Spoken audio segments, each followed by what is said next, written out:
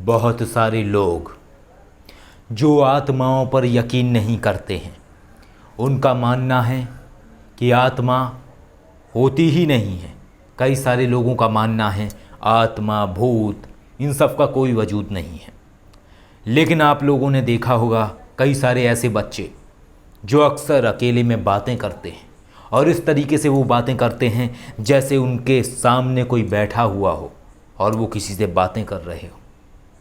और अगर उनको डॉक्टर से भी दिखाया जाए और डॉक्टर भी उन्हें देखे तो डॉक्टर ये कहेगा ये बच्चा तो ठीक है, फिर आखिर ये बातें किससे करता है।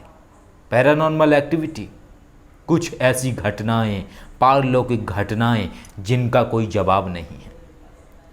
इसका कारण है ऐसे जो बच्चे हैं वो इस तरीके की अदृश्य शक्तियों को महसूस कर सकते हैं। क्यों? क्योंकि उनका मन निश्चल होता है और कुछ बच्चों के अंदर इस तरीके की क्षमता होती है। इसी तरीके के कई सारे ऐसे इंसान होते हैं जिनका कहना है कि उन्होंने आत्मा को देखा, उन्होंने भूत को देखा, उन्होंने कुछ ऐसी रहस्यमय परालौकिक शक्तियों को देखा। तो इस तरीके के जो लोग होते हैं, इसका कारण ये होता है कि उनके जो मन की अवस्था है वो बहुत ही निश्चल होती है, उनकी आत्मा बहुत ही निश्चल होती है।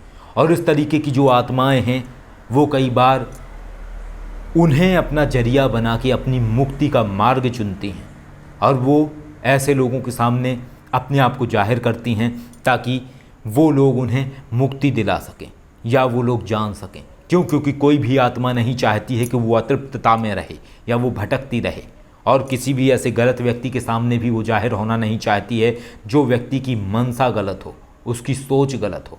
तो अक्सर अच्छे लोगों के सामने इस तरीके की स्थिति होती है कि उनका कभी ना कभी साक्षात्कार होता है आत्मा से और उनका कहना होता है कि उन्होंने आत्मा से बात की है।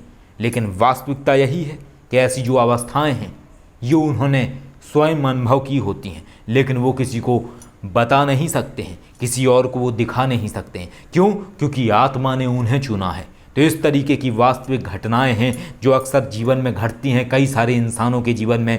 लेकिन बात इतनी सी है कि हर व्यक्ति इस बात पर यकीन नहीं करता है। लेकिन आत्मा के वजूद पे यकीन करने या न करने से हकीकत नहीं बदलेगी। आत्मा का नाम इस दुनिया में है, आत्मा का भी वजूद है, कई सारी परालौकिक शक्तियों का भी वजूद है और हर उस चीज़ का वजूद है जिसका नाम इस दुनिया में है। फिर चाहे आप माने या ना माने, लेकिन जिस दिन आपका सामना होगा उस दिन आप इस बात को ज़रूर मानेंगे। हमारा कार्य सत्यता को अनावृत करना है, किसी अंधविश्वास को फैलाना नहीं है, लेकिन वास्तविकता से आपको रूबरू कराना हमारा कार्य है। और हमारा कार्य है कि आप समझें कि वाकई में ऐसी दुनिया में कई सारी शक्तियां हैं, ऐसी परालौकिक शक्तियां हैं। इस तरीके से कई बार आत्मा व्यक्ति के सामने आके अपने आप को जाहिर करती है और चाहती है कि वो उसको मुक्ति दिला दे उस अवस्था से। आदेश। जय श्री महाकाल।